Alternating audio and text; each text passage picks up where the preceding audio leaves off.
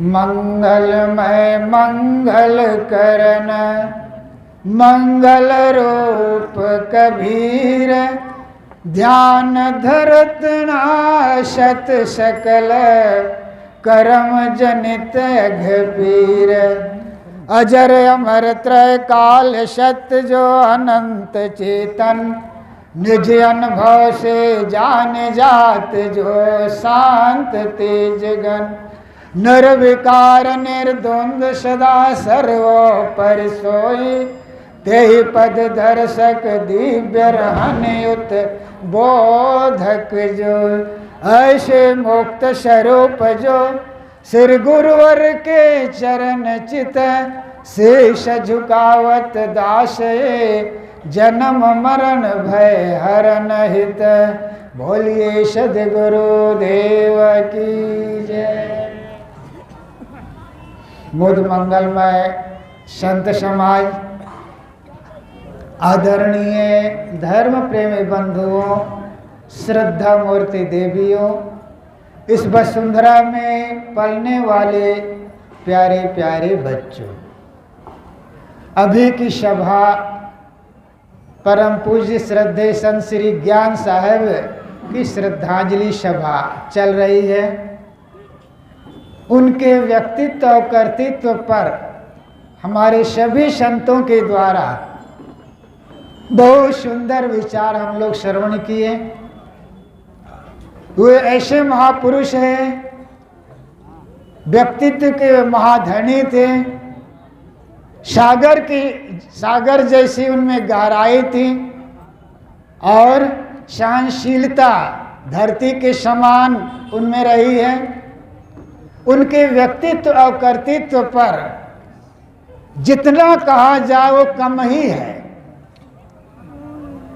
उनका संसर्ग, उनका दर्शन मुझे छत्तीसगढ़ 1973 में हुआ, जो एक महीना तक छत्तीसगढ़ में नेहरे साहब और ज्ञान साहब दोनों के भ्रमण रहे और श्रद्धेय अमृत साहब।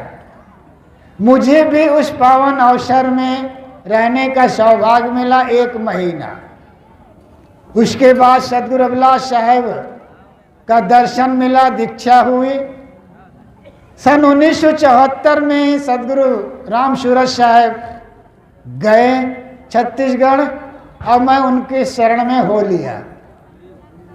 1973 से अब तक 2022 तक प्रत्येक वर्ष उनका दर्शन, उनका सानिध्य मिलता रहा। इतना साहब सरल थे, इतने विनम्र थे, जितना कहा जाए वो कम ही है।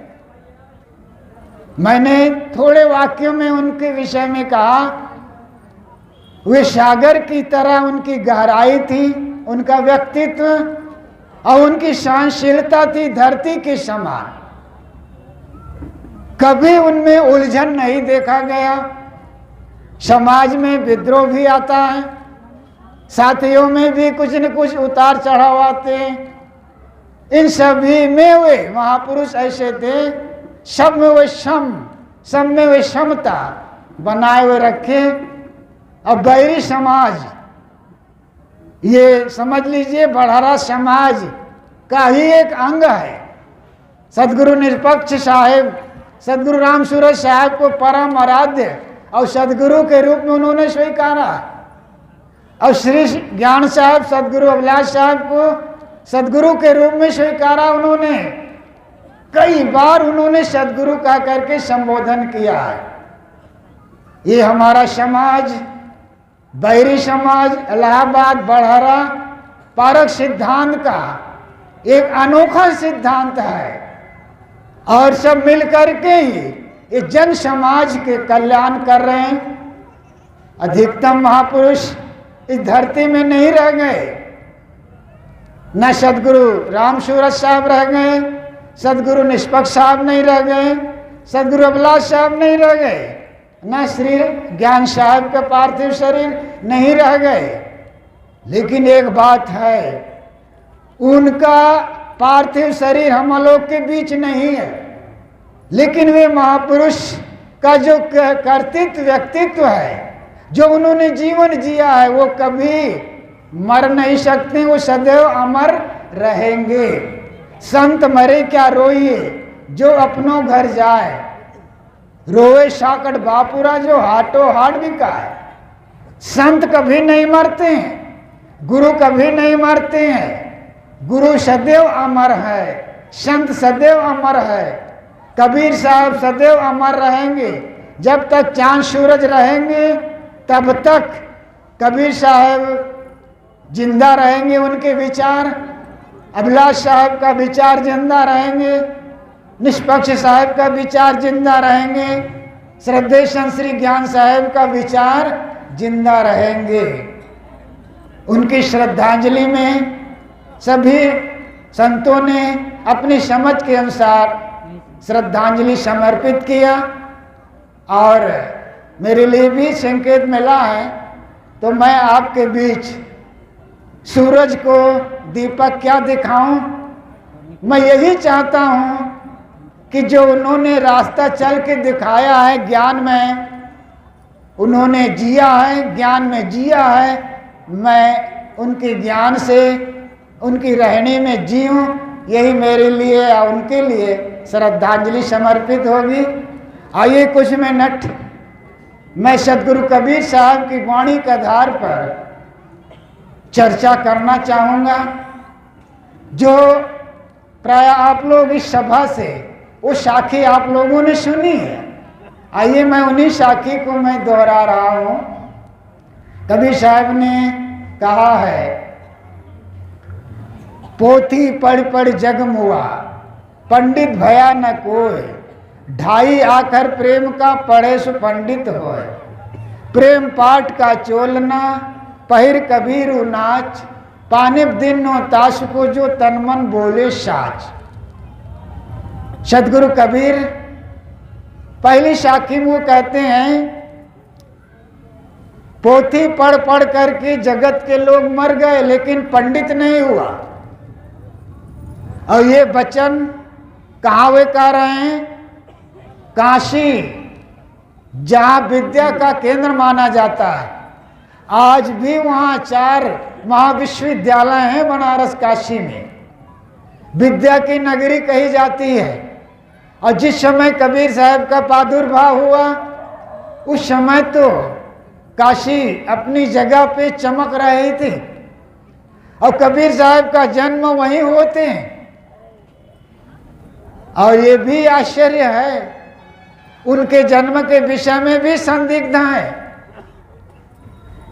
उनके माता पिता के विषय में संदिग्ध है, और किस विश्वविद्यालय में पढ़े हों ये भी संदेह है।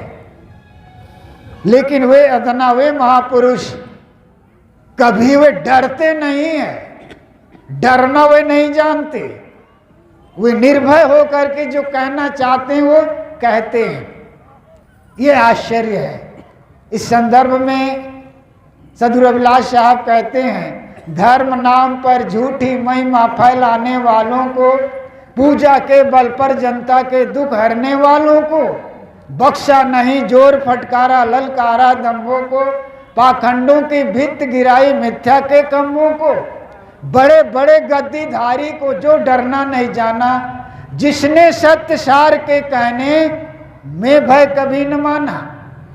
धर्म नाम पर झूठी महिमा फैलाने वालों को कबीर ने कभी किसी को बख्शा नहीं।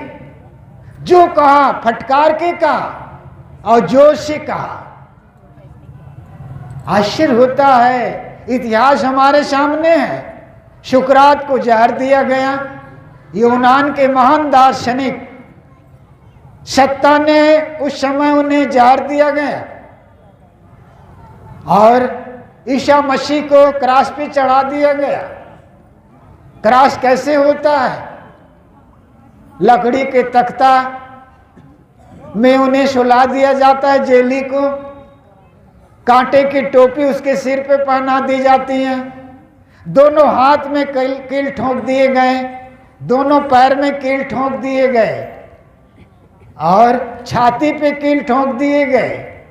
उसके बाद भी ईसा मसीह क्या कह रहे हैं, प्रभु क्षमा करना, इन्हें ये पता नहीं मैं क्या करने जा रहा हूं। ये है संतत्व। ईरान के महान फकीर, उन्हें शूली पे चढ़ा दी गई, मंसूर को। उनका इतना ही अभियोग था, अनल हक अर्थात मैं ही खुदा हूं। इस्लाम में मैं ही खुदा कहूं बहुत बड़ा दोष। उन्हें शूली पे चढ़ाई गई।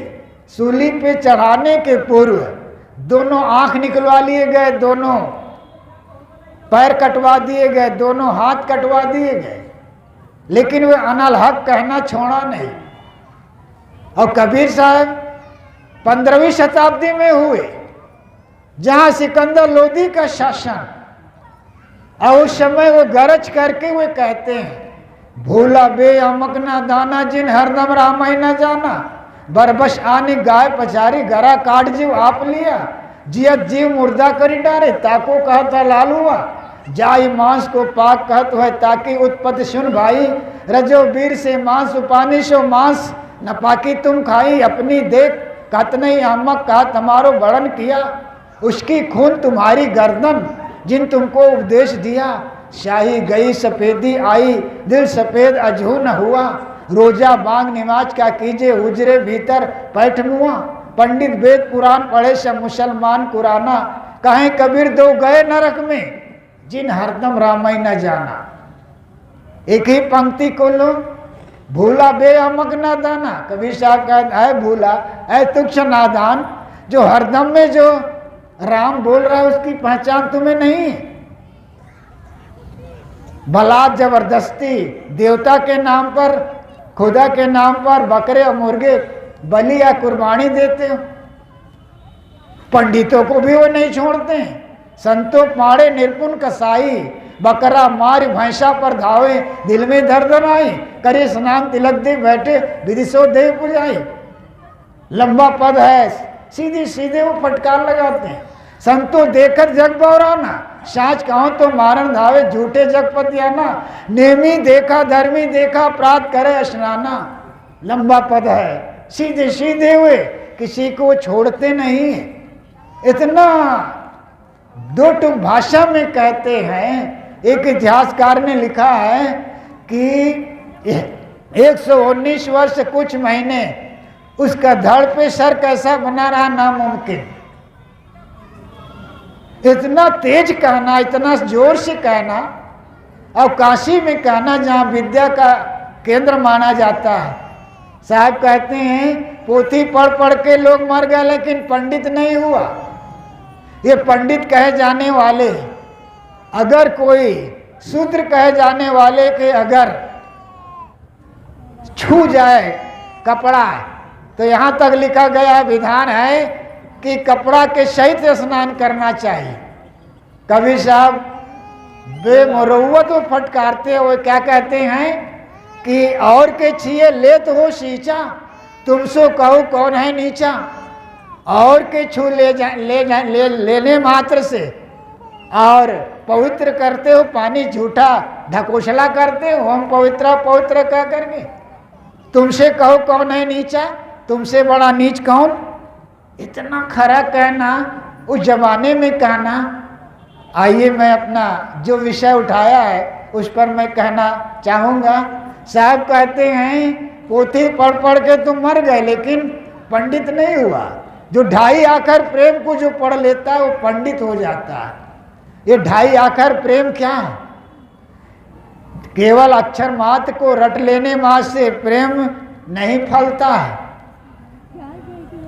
इसको जीना पड़ता है। कबीर साहब कहते हैं कि जो ढाई आखर प्रेम को जो पढ़ लेता है वो पंडित हो जाता है। इसीलिए वो कहते हैं प्रेम पाठ का चोलना, प्रेम रूपी वस्त्र पहन करके चोलना, वस्त्र पहन करके नाचो।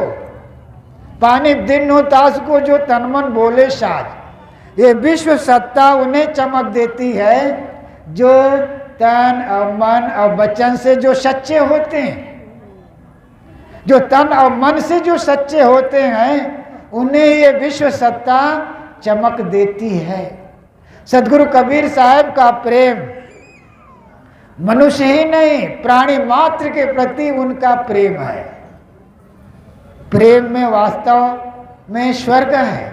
सदगुरु अभिलाष साहब का सूत्र है, प्रेम में स्वर्ग है और अनासक्ति में मोक्ष है। परिवार में जन धन है, अध्यात्म में मन धन है, ये उनके सूत्र हैं।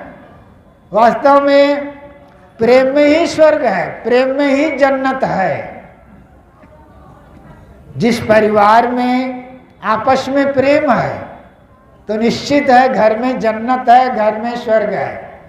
किसी ने बहुत सुंदर कहा है, दुनिया बनी है दो जग, जन्नत इसे बनाएं, बैकुंठ से भी सुंदर धरती को हम सजाए। दुनिया बनी है दो जग, जन्नत इसे बनाए। आए दुनिया दो जग बनी है, कहने वाला कहता है इन्हें जन्नत बनाना है, बैकुंठ से कहीं सुंदर इसी धरती को सजाना है। आज दुनिया दो जग बनी है, कहने वाला कह रहा है। निश्चित है आज संप्रदाय को लेकर, धर्म को लेकर, जाति को लेकर, मजहब को लेकर आज नरक बना हुआ है। आज हम लोग 21वीं सदी में चल रहे हैं। आज शिक्षा युग है, फिर भी आज भी जाति के आधार पर व्यक्ति का मूल्यांकन किया जाता है।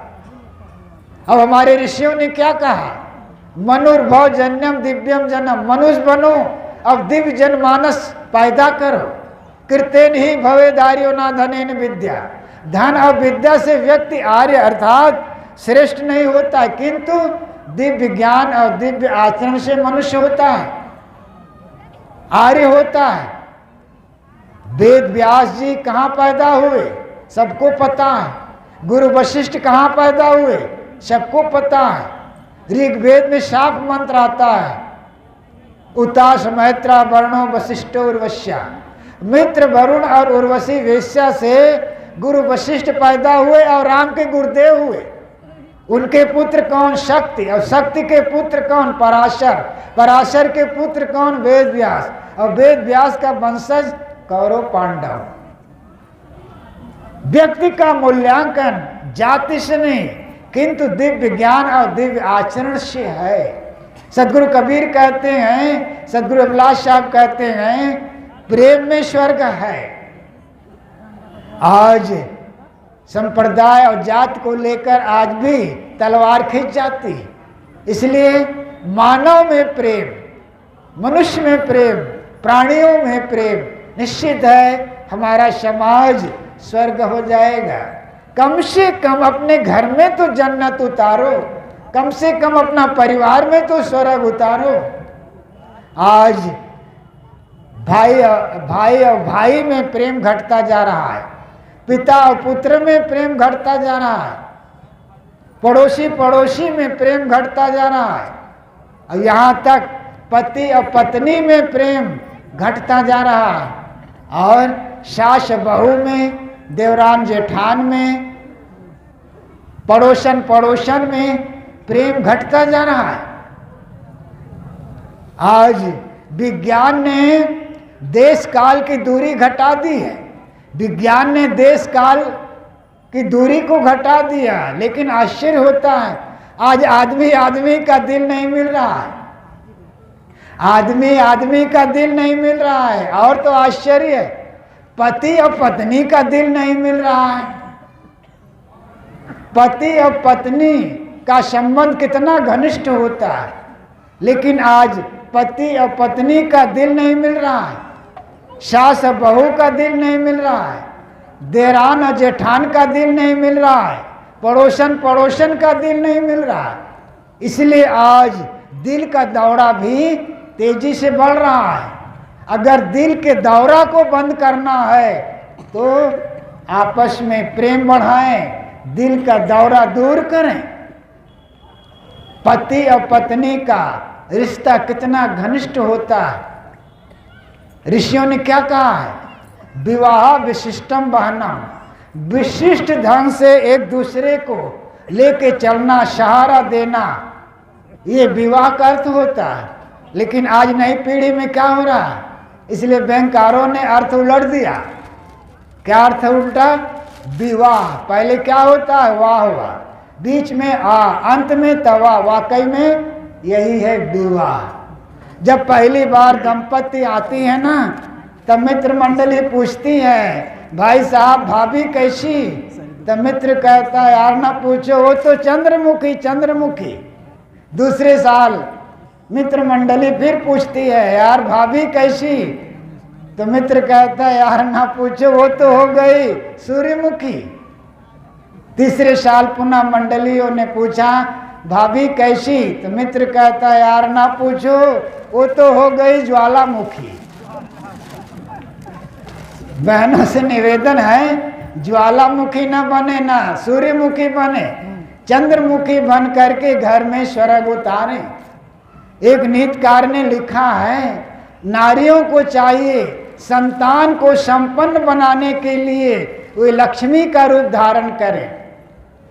नारियों को चाहिए संतान को शिक्षित करने के लिए सरस्वती का रूप धारण करें, और समाज में कुरीतियों और ढोंग और पाखंड को दूर करने के लिए दुर्गा का रूप भी धारण करें। अगर इन नारियों में अगर संगठन हो जाए तो मैं कहता हूं, ये जो शराब की भट्टी, हर नगर से वो बाहर हो सकती है शराब की भट्टी, लेकिन इन्हीं लोगों में संगठन नहीं है। तो मैं कह रहा था, पति और पत्नी में आज प्रेम जो है घटता जा रहा है। पति और पत्नी में प्रेम होगा तो सदगुरु अभिलाष साहब कहा करते थे, 3 पीढ़ी का सुधार होता है। पहली पीढ़ी जो बूढ़े माँ बाप की सेवा होगी, पति और पत्नी आपस में लड़ रहे हैं सुबह शाम महाभारत, तो बूढ़े माँ बाप की सेवा अच्छी नहीं होगी। और पति पत्नी लड़ रहे हैं तो बच्चों को अच्छी सीख नहीं मिलेगी, अच्छे संस्कार नहीं मिलेंगे। इसलिए सदगुरु अभिलाष साहब कहा करते थे कि पति और पत्नी में आपस में प्रेम होगा तो निश्चित है घर में स्वर्ग होगा। इस संदर्भ मुझे जज का उदाहरण याद आया। लोग सोचते हैं जो अशिक्षा जहाँ होती वहाँ दंपति में कला, ऐसी बात नहीं। जहाँ अच्छी समझ नहीं है, चाहे पढ़ा लिखा क्यों ना हो, वहाँ कला होना ही होना है दंपति में। जज अपना मित्र के साथ कहाँ आया, अपने आवास में, गाड़ी से जो ही उतर रहे थे देख रहे थे कि 2-4 बच्चे का आपस में खूब उधममान मचाए हुए हैं, खेल कूद मचा रहे हैं। 2-3 महिलाएं आपस में खूब हंस हंस के बोल रही थी। जज और जज के मित्र को आते ही बच्चे कहीं छिप गए, महिलाएं कहीं छिप गई। जज साहब मित्र के साथ अपने कमरा में आया, कोट उतारने लगा। मित्र ने कहा, भाई साहब अभी अभी बच्चे आपस में खेल कूद मचाए रहे, वो बच्चे कहाँ छिप गए, महिलाएं कहाँ छिप गई जो आपस में हंस बोल रही थी। जज ने कहा, यार मेरे सामने कोई बोल सकते हैं? मित्र तो अपने मित्र के हैसियत से बोलेगा ना। उन्होंने कहा, घर को बना रखे हो नरक और अहंकार गांठते हो। इतने में महिला हिम्मत बांध करके आती है और कहती है, भाई साहब अपना मित्र को समझा दो, अपना जजपना को अपना कचहरी में छोड़ आए। यहाँ कोई कैदी नहीं है, यहाँ इनके बूढ़े माँ बाप हैं, यहाँ इनके नन्हे मुन्ने बच्चे हैं और इनकी पत्नी है। हम चाहते हैं घर में स्वर्ग हो, लेकिन ये तो घर को बना रखे हैं नरक। इसलिए तरुण सागर जी कहा करते थे इस संदर्भ में, अगर लाइफ को सुखी रखना है तो वाइफ को भी सुखी रखना होगा। अगर वो नाराज हो गई तो घर का जो स्वर्ग है वो नरक में बदल जाएगा। इसलिए दंपत्ति में प्रेम, दंपत्ति में जहाँ प्रेम होगा तो निश्चित है घर में स्वर्ग होगा। इसी प्रकार सास बहू में प्रेम, आज सास और बहू में प्रेम घटता जा रहा है। अक्सर नई पीढ़ी में नेवला और सांप का बैर होता जा रहा है। नेवला और सांप का बैर बड़ा कठिन होता है, आज ऐसे ही हो रहा है। नई पीढ़ी में सास और बहू का प्रेम घटता जा रहा है और नेवला और सांप का बैर बढ़ता जा रहा है। सास और बहू में माँ और बेटी का रिश्ता होना चाहिए। ये माताएं बेटा की शादी के लिए उतावली रहती हैं कि कब बहू आए, कब बहू रानी घर में आए। लेकिन जब शादी हो जाती है बेटा की, जब बहू आ जाती हैं, तब यही लोग कहती हैं कि जाओ घर में बहू रानी है, जाओ घर में गृह लक्ष्मी है। बंधुओं, जरा इसको जोड़ दो। बहू रानी आप कह रही हो, लक्ष्मी जोड़ रही हो, दोनों को जोड़ दीजिए तो क्या हो जाएंगे? महारानी लक्ष्मी बाई। अब महारानी लक्ष्मी बाई आप अपना घर में बना करके लाई हो बहू को, अब आपकी सत्ता उस घर से समाप्त हो गई। अब एक किनारे बैठे रहो, बहुत छोटी छोटी बातों को लेकर के नुक्ताचीनी करना बंद करो। आप बेटी बना के लाई हो, रानी बना के लाई हो, लक्ष्मी बना के लाई हो, इसलिए बहू का सम्मान करो। बेटी है, आज बहू को सताती हो तो समझ लीजिए तुम्हारा बुढ़ापा दुखद बीतेगा। सारा कसर बुढ़ापा में वो निकालेगी। और जो बहू सास को सताती है तो समझ लीजिए वो भी कान खोल के सुन लें, उनको भी सताने वाली बहू जन्म ले चुकी हैं। आज उन्हीं के जरिए बहू रानी बन के आई हो। वो सास खास है, अगर वो खास सास ना होती तो तुम्हारा पति इस घर में जन्म ही न लेता। इसलिए हमारे ऋषियों ने क्या कहा है? मातृ देवो भव, पितृ देवो भव, आचार्य देवो भव, अतिथि देवो भव। गृह रूपी मंदिर में जगत जननी माता है जो साक्षात अम्बा है, जिसका गौरव आचार्य और पिता से कम नहीं है। उपाध्याय से 10 गुना श्रेष्ठ आचार्य, आचार्य से 100 गुना श्रेष्ठ पिता, पिता से 1000 गुना श्रेष्ठ माता गौरव युक्त होती है। इतना गौरव माँ का बताया। इसलिए हमारे ऋषि कहते हैं पहला देवता यदि कोई है वो है माँ है।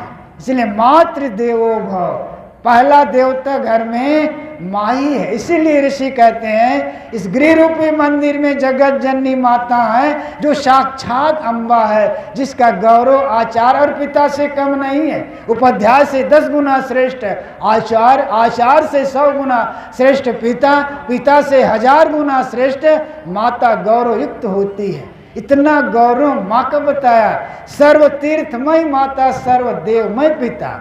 सभी देवों में देव पिता है और सभी तीर्थों में श्रेष्ठ माँ के चरणों में।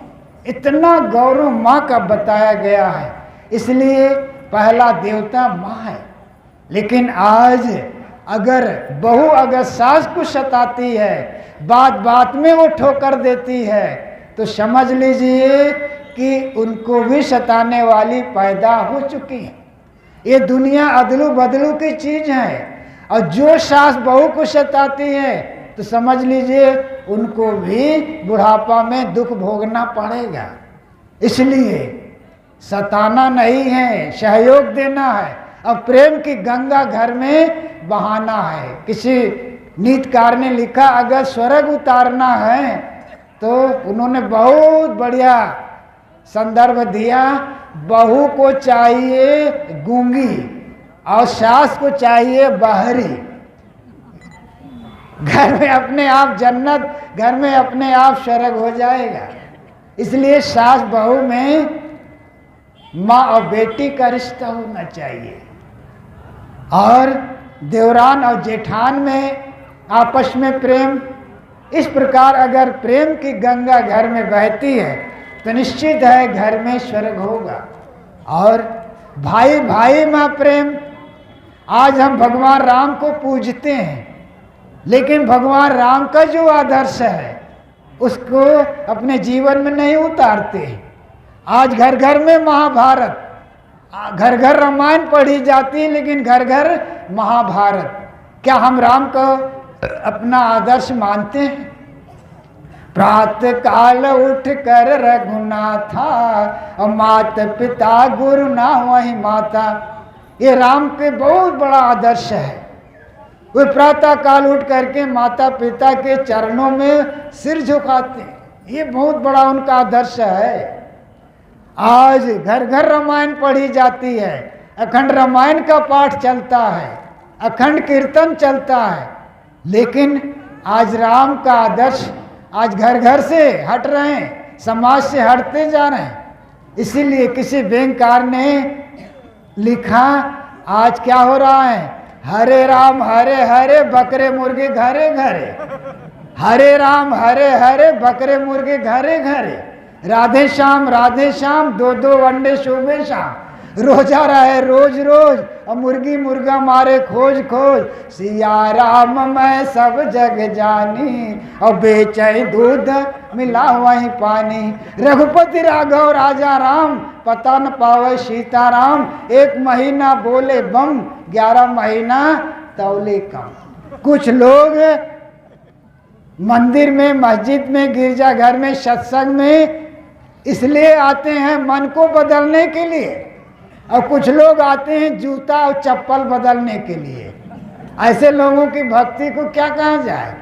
मंदिर, मस्जिद, गिरजाघर, ये सत्संग, ये उपासना की जगह है, परिवर्तन स्थल है। और इस जगह आकर के किसका परिवर्तन कर रहा है? मन का परिवर्तन नहीं कर रहा है। किसका परिवर्तन कर रहा है? बढ़िया से बढ़िया जूता कहाँ रखा है, बढ़िया से बढ़िया चप्पल कहाँ रखा है, या का यही बदलने के लिए सत्संग, मंदिर, मस्जिद, गिरजाघर हैं? ऐसा नहीं। तो मैं कह रहा था कि आपस में प्रेम, भाई भाई में प्रेम, पिता पुत्र में प्रेम, तो निश्चित है घर में जन्नत होगा, घर में स्वर्ग होगा। कबीर साहब की साखी मैंने उठाई थी, पोथी पढ़ पढ़ जगमुआ, पंडित भया न कोई, ढाई आकर प्रेम का, पढ़े सो पंडित होय।